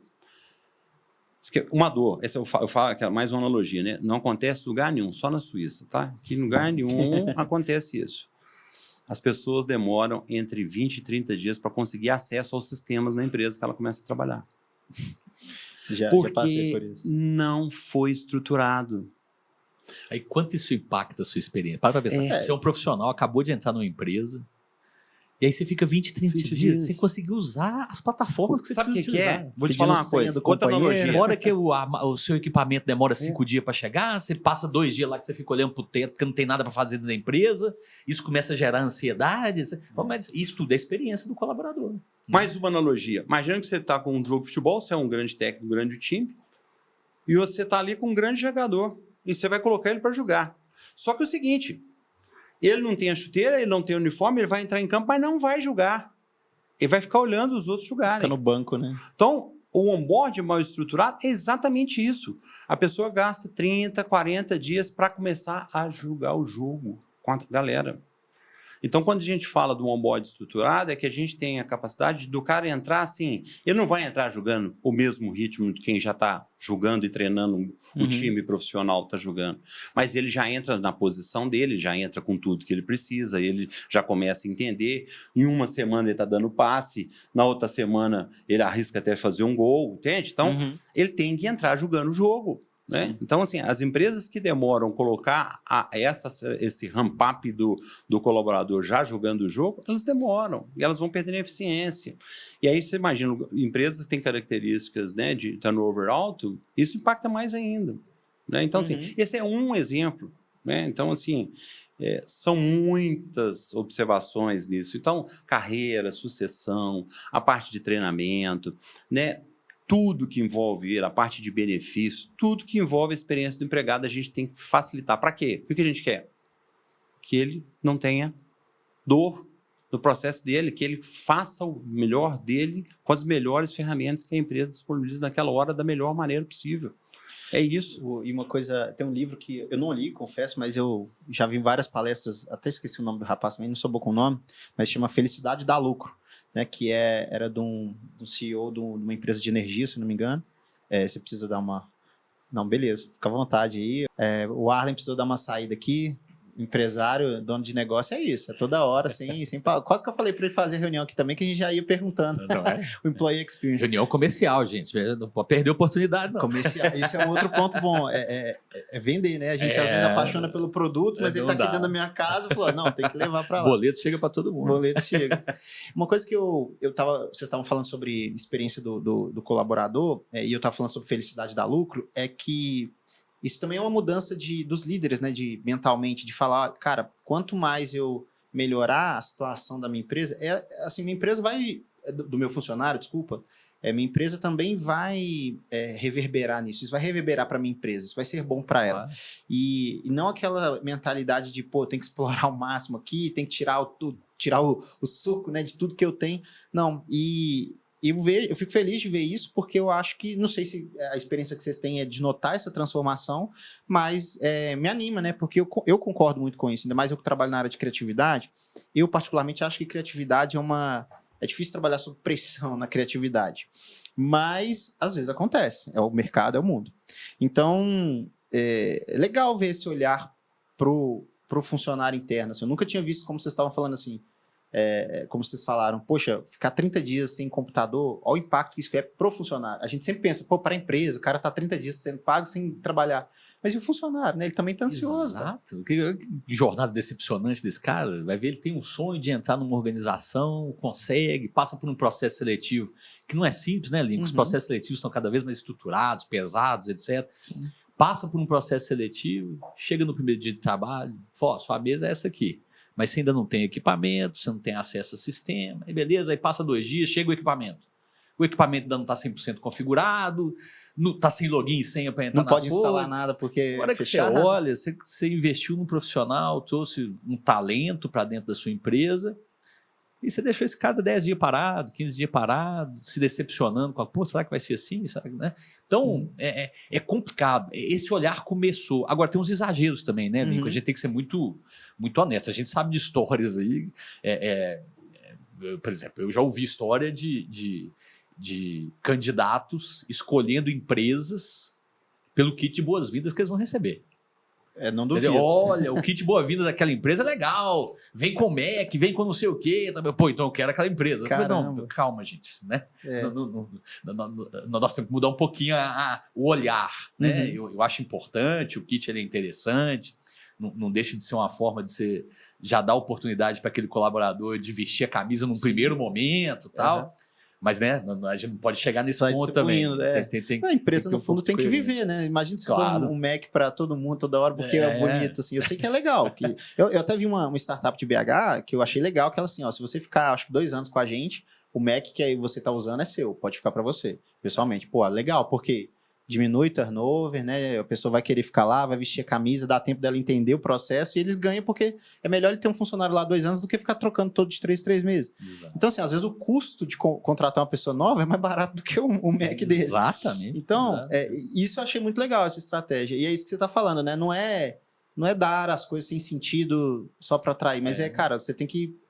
A empresa também tem que preocupar com a realização pessoal, né? Exato. Não dá para ficar preocupado só com o kit de boas-vindas. Você tem uma jornada desse colaborador que a experiência dele está acontecendo em vários pontos de contato o tempo inteiro. Né? Esse cara que vai acessar o RH ou o departamento de pessoa para alguma coisa, como que vai se dar esse acesso? Né?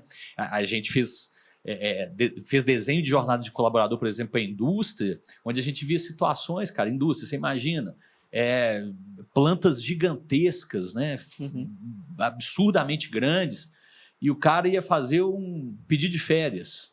Aí ele tinha que sair lá da fábrica para ir até o prédio administrativo levando um papelzinho escrito para solicitar. Pô, só nesse o cara tinha que andar 5 quilômetros para chegar lá. Então, são detalhes da experiência e da jornada que parecem que são pouca coisa, mas no fim das contas vão impactando positivo ou negativamente aquele colaborador o tempo inteiro, né? E isso vai afetando. Você fala sempre que eu converso com vocês e da W, vocês falam muito sobre essa questão de jornada. Como é que é essa jornada na organização dos serviços que vocês entregam, por exemplo? Isso eu anotei aqui porque eu achei interessante, porque a gente pensa muito no produto, o entregável, né? Então, assim, o meu entregável é um PDF. Mas, quando é uma jornada, é difícil ter um entregável muito, muito palpável, né? É uma experiência, vou chamar uma experiência. Como que vocês enxergam esse entregável de jornada na demanda de vocês? Foi também uma reação? Vocês viram que funcionou fazer isso? E vocês falaram, por exemplo, 45 dias só de diagnóstico, são projetos longos, né? Não adianta os líderes quererem ser ansiosos e falar, eu quero em 30 dias mudar a cultura. Não se muda a cultura em 30 dias, né? Nem em 30 anos. Nem 30 anos. A gente pode olhar na sociedade, né, cara? Quantas coisas a gente... Eu lembro um comentário que eu achei legal, do poder da publicidade, na propaganda sobre cinto de segurança. Que antes era culturalmente, para o brasileiro, normal não usar cinto de segurança. Pô, para que eu vou usar? Me incomoda a perna. Foi um desafio. E anos, para hoje as pessoas já falaram, cara, estranho você não andar sem. Então, assim, muitos anos para mudar um detalhezinho da cultura. E como que você enxerga essa jornada no modelo de entrega de vocês? Vocês também fizeram, talvez, internamente esse processo de como que é a experiência dos nossos clientes? Porque trabalha muito com a experiência do cliente, mas dos seus clientes. Vocês também fazem vou chamar esse estudo interno de como que vocês podem entregar melhor? Como que é esse processo dentro da W? Sem dúvida.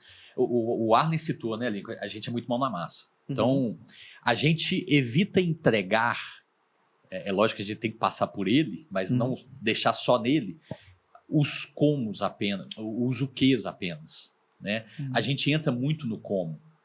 E isso é muito importante. Então, assim, quando a gente fala de entregar um desenho de uma jornada, a entrega não é o desenho de uma jornada, tá?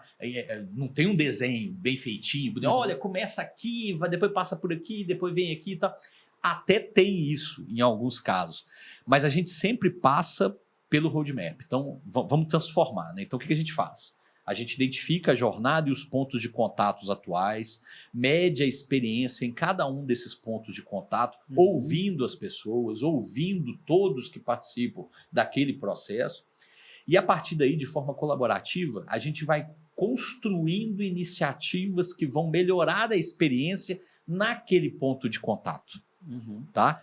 Então, o roadmap, ele nada mais é do que um conjunto de iniciativas priorizadas e entregues de forma lúdica. A gente sempre entrega o roadmap de uma forma muito lúdica, trazendo iniciativas que vão, dentro das oportunidades e dos gaps de melhoria, otimizar aquela experiência, né? Então, necessariamente, quando a gente fala de desenhar uma jornada, a gente não entrega efetivamente um desenho de uma jornada, mas um conjunto de iniciativas que vão otimizar aquilo. E mais do que entregar, como eu falei, a gente vai muito na prática. Em 90% dos casos, a gente ajuda na implementação daquelas iniciativas dos nossos clientes. Porque, via de regra, o que acontece nas organizações, não só aqui, como diz o Arlen, só acontece na Suíça, que você tem um esforço de diagnóstico, de imersão, de planejamento. O roadmap nada mais é do que um planejamento de como solucionar aquelas dores, e depois você é engavetado. Se não tem alguém dentro das organizações que faz aquele pratinho continuar rodando, eles simplesmente se perdem por tudo. Por cultura, por novos desafios, né? Processos mudam, a empresa muda, pessoas mudam dentro das empresas, lideranças mudam, os objetivos mudam, rotas são readequadas e ajustadas, e isso acaba se perdendo. Então, hoje, a gente, em 90% dos casos, quando a gente faz o diagnóstico de maturidade, desenha o roadmap logo em seguida, ou está desenhando uma jornada, entrega o roadmap, a gente é demandado pelos nossos clientes, não, fica aqui no próximo ano para me ajudar a implementar isso tudo, senão isso aqui vai se perder no dia a dia aqui, as pessoas não vão se interessar por isso, e é o que a gente tem feito muito. Que legal. Interessante isso, porque essa mudança de cultura está dentro do projeto, né? É anos fazendo isso. A gente tem que fazer isso. Exatamente. Ô, Henrique, até vou até perguntar pro Arlen também quando ele voltar, mas eu queria já também ouvir de você sobre, vou chamar tendências, mas seja planos, sonhos ou ideias que você enxerga no mercado, na sua área de atuação, que você acha que para o ano que vem vão ser coisas que as empresas têm que se atentar, ou talvez áreas que você quer desenvolver, porque você acha, enfim, você acha que vai ser algo bom, algo legal. Isso, tanto, né, como W, como vendedor, mas também como empresas que possam ser clientes da W. Né? Falar, olha, eu tomaria cuidado com essa área, eu me preocuparia com isso. Tem alguma tendência que você enxerga mais latente assim, para os negócios em 2025? Tem, cara. Assim, a primeira delas, que está no burburinho aí, passa diretamente com a inteligência artificial, né? Aquilo que a gente estava falando um pouquinho ali fora, antes de começar.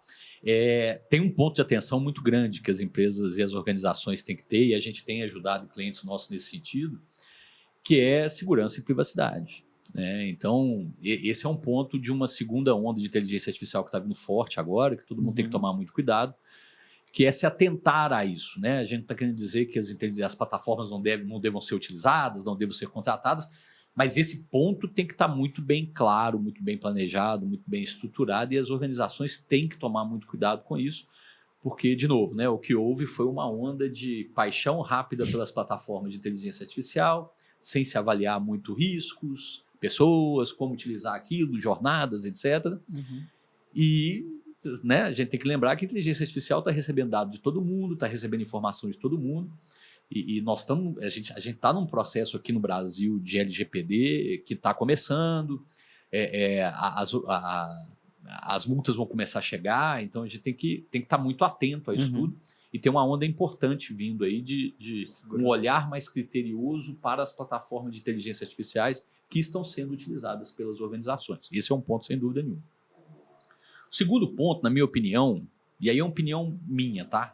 Que eu enxergo como um caminho sem volta, e a gente está muito preparado para atender isso, não à toa esse ano a gente já começou a atender muito isso. E que passa muito pelo tema aqui do podcast, que é como escalar serviço, né? Cara, tem um movimento que ele vai ser obrigatório, se as organizações não se atentarem rapidamente para isso, lá na frente ele vai cobrar o preço, o boleto vai chegar, que é a simplificação de processo. Tá?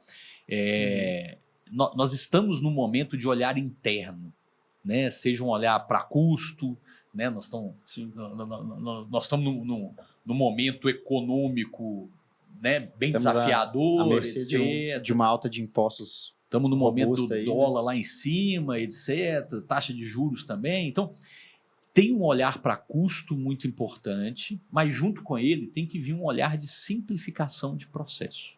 Né? E simplificação de processo é ganho de eficiência, otimização. E isso, na minha opinião, é uma grande tendência para o ano que vem. Uma grande tendência, até para ajudar as empresas de serviço. Onde isso é possível, tem que lembrar de novo, né? Respondendo a pergunta lá do início do podcast, na minha opinião, nem todo serviço é escalável, né? Mas os que têm esse potencial necessariamente passam por uma simplificação de processo. Se ela não existir, não adianta.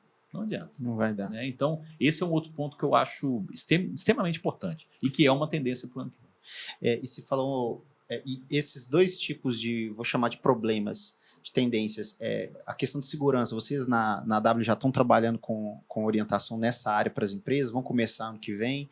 Como é que está essas abordagens? A questão da segurança em si não é um serviço que a gente presta, né? A gente mapeia os riscos. Então, aqui você tem um risco, você tem que ter um olhar atento para isso, então você vai ter que ter um parceiro para olhar isso com critério para você, né? Para ver se os dados que você está trocando com essa inteligência nesse momento da jornada não vai ser um problema, se está seguro, né? Então, a gente não entrega serviço de segurança, por enquanto. De novo, nós somos boutique. Se a gente começar a ser provocado demais, pode ser que a gente reage. Mas no mapeamento e no desenho da jornada com utilização de IA, a gente seta esses pontos e alerta, né, aos clientes. Excelente.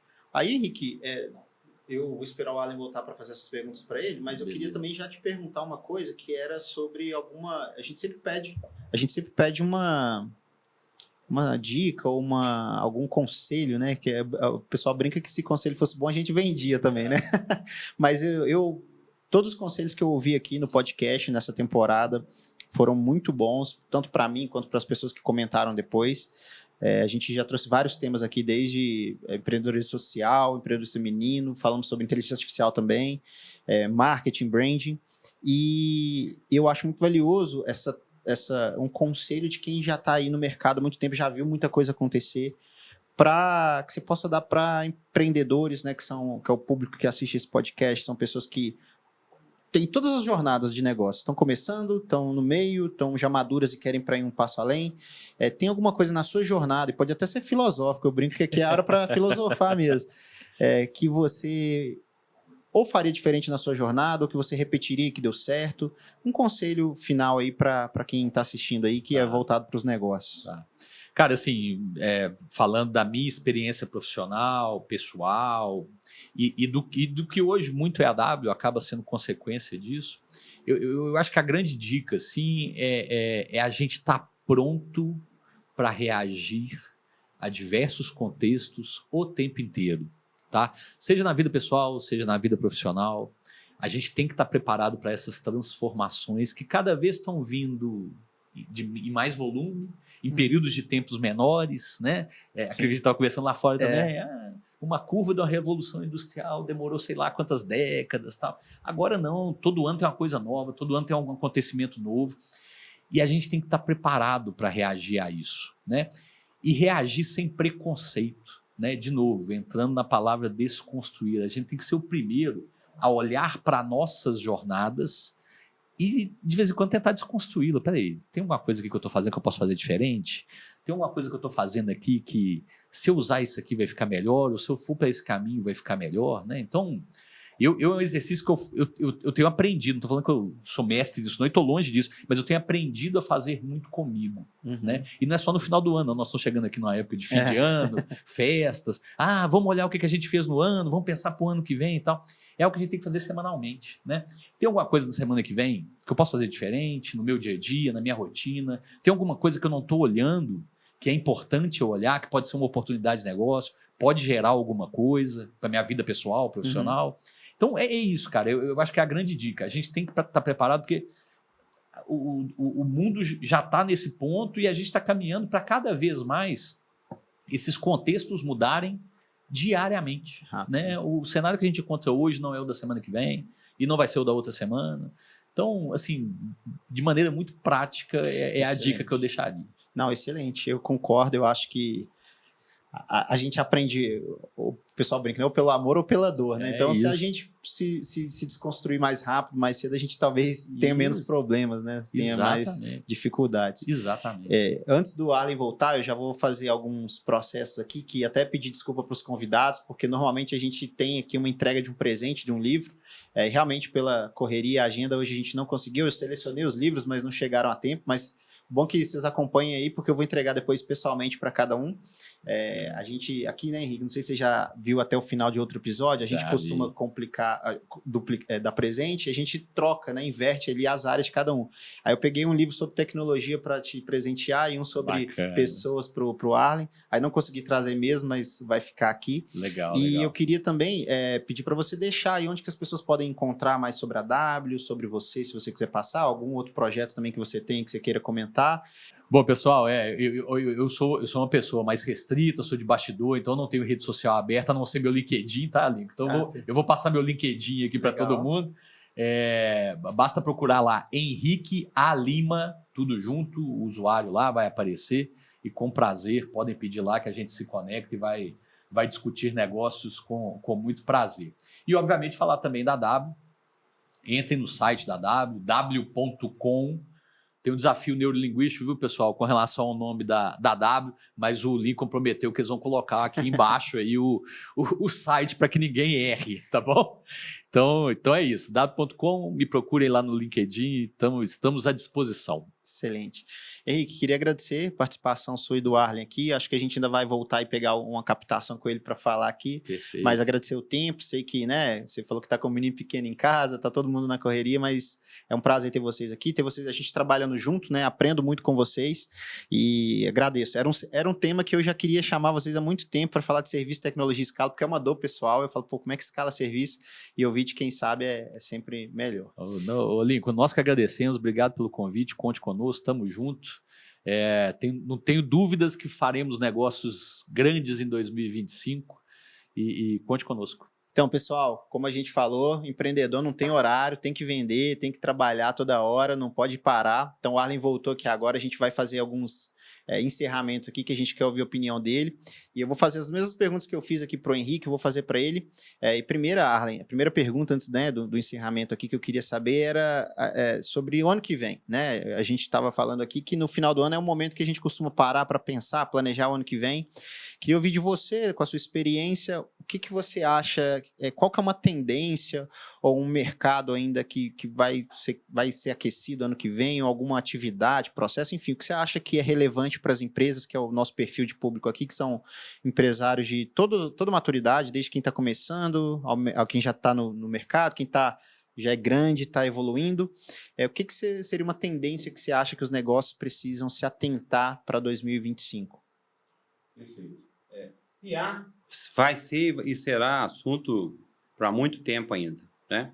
Mas dentro do conceito da IA e de todas as ferramentas, né, que está todo mundo utilizando, até para te responder a pergunta, eu vou dar 2 passos. Uhum. Quando nós começamos a fazer a nossa jornada para a nuvem, né, nós, seres humanos, com os nossos dados pessoais, e-mails, fotos, redes sociais, superexposição, né? Hoje, isso está tudo muito público. Só que com o crescimento das ferramentas de IA e agora alguns cenários, né, da computação quântica, essa coisa escalou para um nível que o assunto de segurança da informação, o data privacy, né, a segurança pessoal, ele vai ficar muito em voga. Eu espero que fique, porque eu estou realmente muito preocupado. Né? Essa semana, lá na Rede 98, no Tech Fora da Caixa, eu escrevi um artigo sobre deepfakes. A quantidade de vídeos fakes para enganar pessoas com compras do Natal subiu 89%, uma coisa assim absurda. Quase dobrando em relação. Por quê?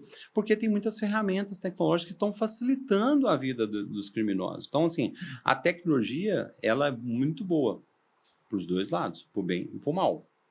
Então, eu espero que a sociedade se mobilize para a gente poder discutir, né, de verdade, o que tem que ser feito. O arcabouço de legislação está muito fraco, né? Foi aprovada agora, né, uma PL. Eu vou me ponderar a não dizer que ela é muito ruim ou horrível, mas ela não reflete a necessidade, né? Então, ela está com um viés político, está com um viés que não é o viés que a gente precisa. Então, assim, as pessoas que realmente entendem de tecnologia têm que ser chamadas para ser discutido. Então, eu espero que em 2025, né, seja uma grande tendência que a gente discuta mais, né, a ética no uso da IA, que a gente discuta legislação, que a gente discuta porque está uma guerra, né? Essa guerra do fake news, do deepfake, da IA fazendo uma série de coisas. Então, isso pode prejudicar o lado positivo da ferramenta, que é ajudar as empresas a serem mais eficientes digitalmente, ajudar a jornada das pessoas. Então, a gente tem que ter esse olhar, né, para a gente controlar essa parte para que a gente surfe o lado bom, né, dessa tecnologia. Então, eu acho que esse é um ponto. Em termos de tecnologias específicas, acho que nós vamos viver uma revolução de mobilidade, que eu acho que o ano que vem começa. Acho que as pessoas ainda não se atentaram, inclusive eu estou preparando um artigo para falar disso. Tem uma coisa que vai acontecer, essa coisa aí da Tesla, do Elon Musk, com as tecnologias dele. Se ele entrar realmente com a oferta de celular global via satélite, nós vamos viver uma disrupção como foi a internet para a TV. Porque não vai ficar uma companhia de celular de pé. É. Então, eu estou prevendo que ano que vem comece alguma coisa nesse sentido, né? E tem algumas teorias da conspiração do fim do mundo que falam sobre isso, né? Pode ser o início do fim. Tô brincando. Eu vejo como muito positivo, né? Porque custo, né? Custo operacional. Eu sou um crítico em relação a isso, né? Porque você imagina só os modelos que a gente tem aqui no Brasil. A gente tem uma operadora que levanta uma torre e uma antena, né? Não vou dizer o nome, é o nome X. Aí uma outra do lado levanta é a B, a outra A. Isso tem custo para nós, né? Você não tem uma racionalização de infraestrutura de telecomunicações. As nossas agências reguladoras elas estão completamente defasadas em termos de prover, né, regras que beneficiam o consumidor final. Que a gente precisa de custo final mais barato. Custo do Brasil é muito caro em tudo, né? Então, assim, eu gosto desse tipo de entrada, né, disruptiva no mercado, porque é aquilo que o Henrique comentou, né, que a frase a gente sempre fala, né, inovação não pede licença, pede desculpa. Ô Vivo, Tim, acabou, viu?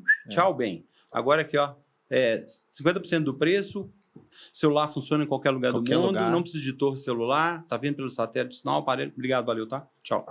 Então, é isso. Né? Não, eu gosto eu também, eu acho que aquela frase, né, o mercado se regula, é verdade nesse ponto, né? Vem inovação, depois alguém vai se adaptar ali para ver como é que continua. E eu trabalhei muitos anos com telecomunicação e em operadoras, assim, e é assim mesmo. Apesar de ser empresa de tecnologia, é muito pouco tecnológico os processos internos. Então, acredito, não sei se vocês já fizeram algum projeto, mas são bons mercados para vocês, porque precisam de muita ajuda. Vamos pegar um exemplo. Lei Geral de Proteção de Dados. Criaram uma agência, a Agência Nacional de Proteção de Dados. No conceito do governo e das pessoas que criaram, a agência vai fiscalizar para punir as empresas que não estão cuidando dos dados, né? E tem a ver com o que eu estou dizendo, dos dados pessoais nossos que estão lá no formulário. De que forma que eles acham que eles vão fiscalizar as empresas? Mandando um fiscal na porta da empresa? Dando acesso ao banco? Nós estamos falando do mundo digital. Não existe aparelhagem digital para as agências cumprirem a lei. Simples assim. Você sabe como ela pega alguém? Por denúncia. Só vai funcionar assim.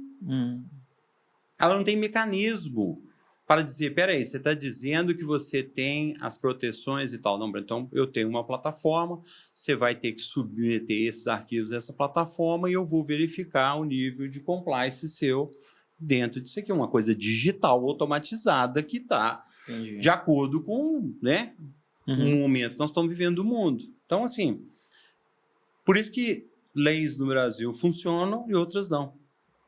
Né? Então, fica aí um exemplo.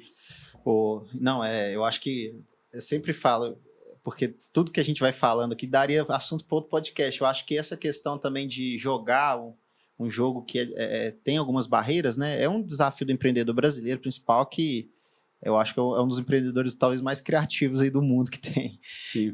E aí, para finalizar, Arlen, eu queria perguntar para você, esse momento é até mais filosófico mesmo, não precisa ser técnico, mas também fica à vontade, que é sobre algum conselho, né, na sua jornada que você aprendeu, que você acha que as pessoas talvez ou esqueceram, ou precisam relembrar, ou talvez não saibam, e fez muita diferença na sua vida, né? Seja uma atitude, uma decisão, um estudo, um conselho que você possa deixar para qualquer pessoa que está assistindo aí, para ter sucesso na área seja na carreira profissional, empreendedorismo, alguma coisa que você acha que é legal de compartilhar, aí o momento é seu aí.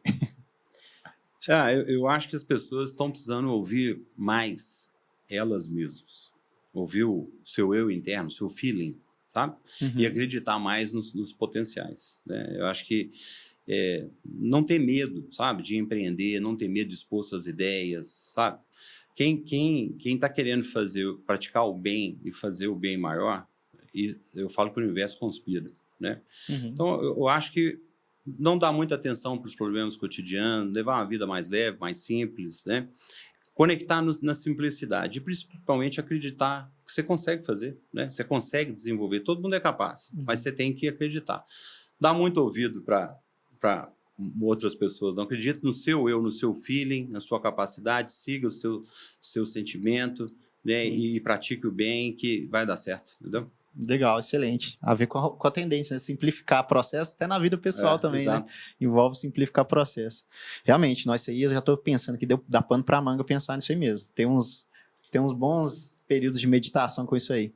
E aí, Allen, né? Eu até pedi desculpa aqui ao Henrique, mas normalmente todo final de podcast a gente tem um presente aqui. Os livros realmente não chegaram a tempo, mas a gente escolhe um livro da área de cada um para dar esse livro trocado, mas depois eu vou enviar para vocês aí vocês marcam lá e falam, gente, não é mentira não, ele mandou mesmo. Vou falar, se chegar eu vou falar mesmo.